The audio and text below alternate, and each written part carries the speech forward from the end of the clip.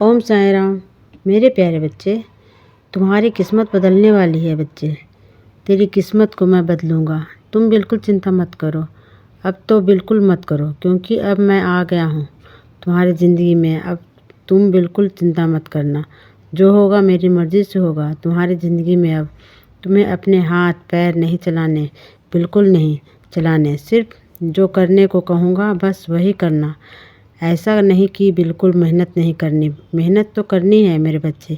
मेहनत तो 100% करनी होगी।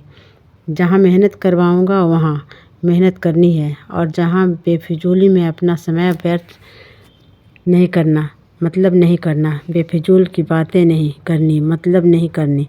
अपने काम में ध्यान लगाना है, ठीक है।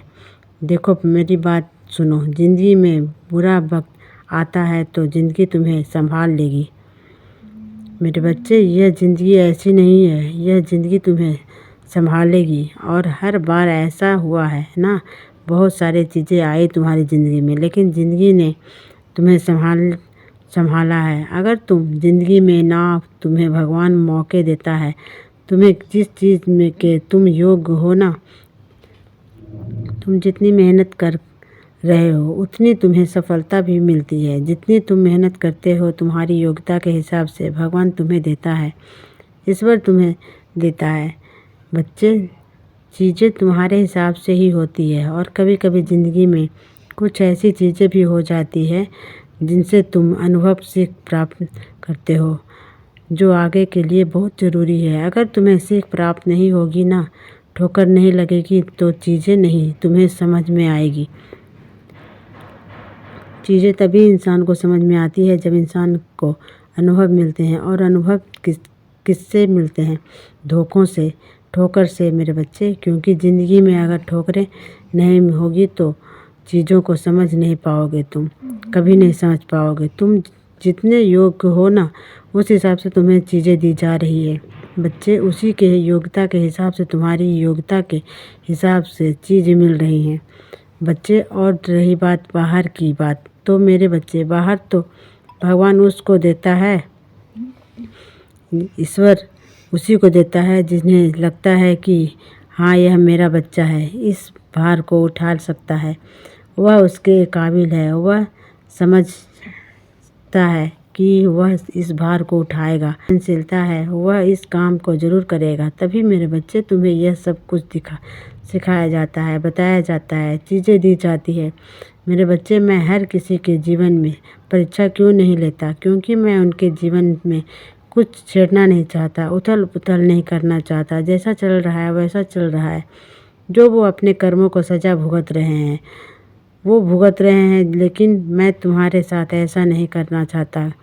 क्योंकि तुम मेरे बच्चे हो, मुझे तुम्हारी ज़िंदगी में अच्छा करना है। और अच्छा करने के लिए तुम्हें तुम्हारी ज़िंदगी में कुछ कर्मों को, बुरे कर्म है ना, उन्हें हटाना पड़ता है। और हटाने के लिए तुम्हारी कुछ परीक्षा लेनी पड़ती है बच्चे, जिससे कि तुम उन सब से हटो, और तब जाकर मैं तुम्हारे लिए कुछ अच्छा कर पाऊँ, अच्छा कर सकूँ।